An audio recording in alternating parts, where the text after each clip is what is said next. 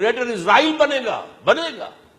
حدیث میں خبریں یہ سارے مسلمان ممالک تمہارے ہاتھ سے نکل جائیں گے مسلمانوں، یہ عراق اور اردن اور یہ اور وہ، یہاں تک کہ ترکی، سعودی عرب کا بھی شمالی حصہ نکل جائے گا۔ البتہ مدینے کا جو ان کا پروگرام ہے اس کو اللہ نہیں پورا ہونے دے گا، مدینے میں داخلے کی ان کو اجازت نہیں ملے گی۔ بہرحال یہ سارا کچھ ہونے والا ہے۔ وہ وقت بھی آنے والا ہے کہ حضور کی ایک حدیث کے مطابق ایک شخص کے 1000 بیٹے ہوں گے تو 999 ختم ہو جائیں گے ایک بچے کا۔ یہ وقت بھی آنے والا ہے کہ حضور فرماتے ہیں اتنی بڑی جنگ ہوگی، اتنی خوریزی ہوگی کہ پوری زمین اٹ جائے گی لاشوں سے۔ تو پرندہ جو ہے کوئی، ایک تو پرندے ہوتے ہیں کہ جو مردار خور ہے، گدھ ہے، وہ تو بڑی خوشی سے اتریں گے، تناول فرمائیں گے لاشوں کو۔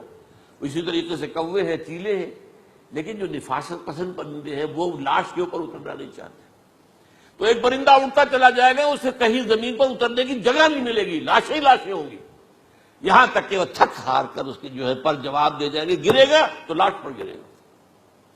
یہ وقت آنے والا، اور یہ یہودیوں کے ہاتھ میں، یا یہودیوں کے جو سپورٹرز ہیں اس وقت، جو ان کے ہاتھ میں آلہ کار ہیں، ان کے ہاتھوں آنا ہے۔ میرے نزدیک اس کام کے لیے اس ملعون قوم کو کہ جو حضرت عیسیٰ کے زمانے سے ملعون ہو چکی ہے، اس کو باقی رکھا گیا ہے، اسے یہ موقع دیا گیا ہے۔ اس نے اسرائیل بنا لیا ہے، تقریباً 2000 سال کے بعد وہ دوبارہ آ کر آباد ہوئے اس سرزمین میں جہاں سے نکال دیے گئے تھے 70 عیسوی کے اندر۔ یہ سارا کچھ کیوں ہو رہا ہے؟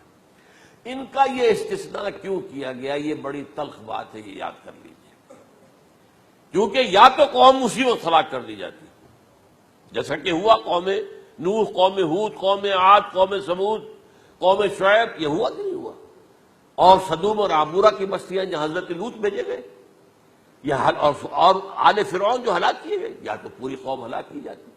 نہیں، یہ یوں سمجھیے کہ اس پورے معاملے کو درمیان میں سے ایک وقفہ دے دیا گیا، حضرت عیسیٰ کو اٹھا لیا گیا، اور حضرت عیسیٰ دوبارہ آئیں گے۔ یہ کیوں کیا گیا؟ اب اس میں بڑی تلخ بات آپ سے کہہ رہا ہوں، یہ آپ کے لیے قبول کرنا آسان نہیں، حلق سے نیچے اٹھنے کی مشکل سے۔ اس قوم کو زندہ رکھا گیا ہے جو ملعون اور مغضوب علیہم قوم ہے۔ سب سورہ فاتحہ میں مفسرین لکھتے ہیں ضالین، یہ نصارہ ہے، اور مغضوب علیہم یہ یہودی ہے۔ اور قرآن کہتا ہے لعن الذین کفروا من اہل الکتاب علی لسان داؤد وعیسی ابن مریم، لعنت کی گئی۔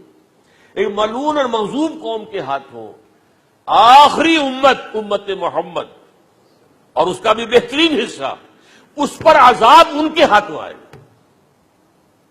عربوں پر عذاب یہودیوں کے ہاتھوں، اس لیے ان کو بچایا گیا۔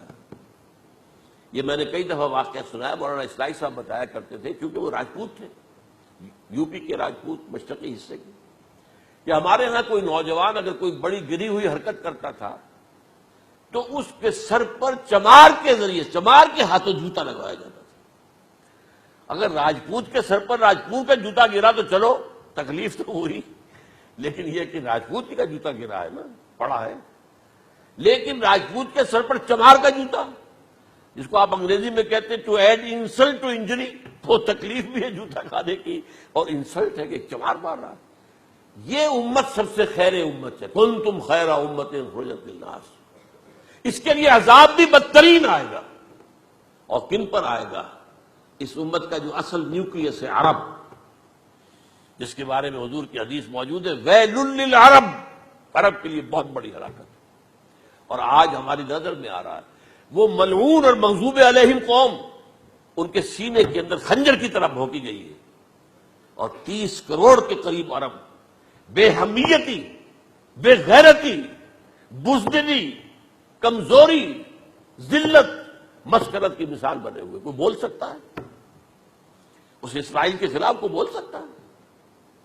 30-35 لاکھ آدمی ہے اسرائیل کے اندر یہودی، اس سے زیادہ تو امریکہ میں 50 لاکھ کے قریب، کل 1.25 کروڑ آدمی ہے یہ یہودی پوری دنیا کے اندر۔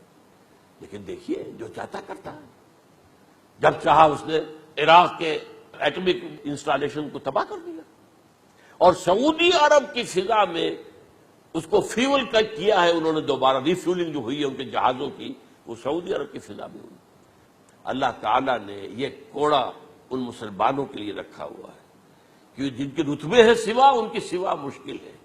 جتنا اونچا مقام اللہ نے دیا عربوں کو، ان میں حضور کو اٹھایا، ان کی زبان میں اپنا آخری کلام نازل کیا، تو ان کی ذمہ داری بھی بہت ہے. جن کے رتبے ہیں سوا، ان کی سوا مشکل ہے. یہ ہے میرے نزدیک واللہ اعلم